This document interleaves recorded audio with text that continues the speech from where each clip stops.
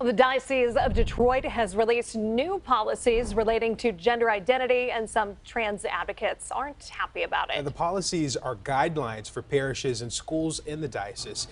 Gino Vici has reaction from the trans community tonight. He's at St. Faustina Catholic Church on 12 Mile Road in Warren.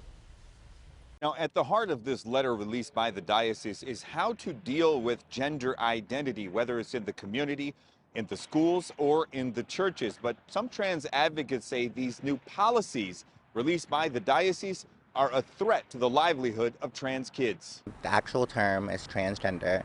I noticed that he wouldn't even address trans people by what we are, which is trans or transgender. Jaleesa Abad is a transgender woman. She is not happy about this. A letter recently released by the Catholic Diocese of Detroit, instituting guidelines to parishes and schools about how to deal with gender identity, or what the diocese refers to as gender confusion. He stated that it was gender confusion. Those policies impact trans individuals, particularly youth, in a negative way.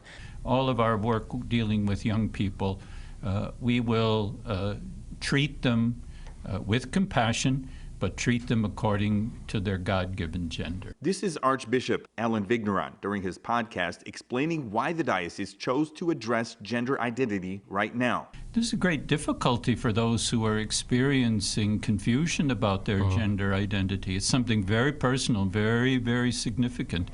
And we need to be compassionate to them and non-judgmental. Some of the policies include not allowing trans kids to participate in sports or use the restroom based on gender identity, but only be allowed to do so based on biological sex. And I genuinely think that trans kids should be able to play whatever sports with whatever gender they identify and use the bathroom or have a gender-neutral restroom. Although she is frustrated with how the Diocese of Detroit intends on treating trans individuals, Abad says she has this message for Catholics who have supported her community. To all the Catholic people that are LGBTQ supporters, I want to say thank you, because I have seen so many people talk about how it's outdated policies, and again, how it does affect my community from even wanting to come to church. Again, the diocese saying the reason they decided to address gender identity, they say it's a major cultural issue, and they believe these new policies are the best way to deal with it.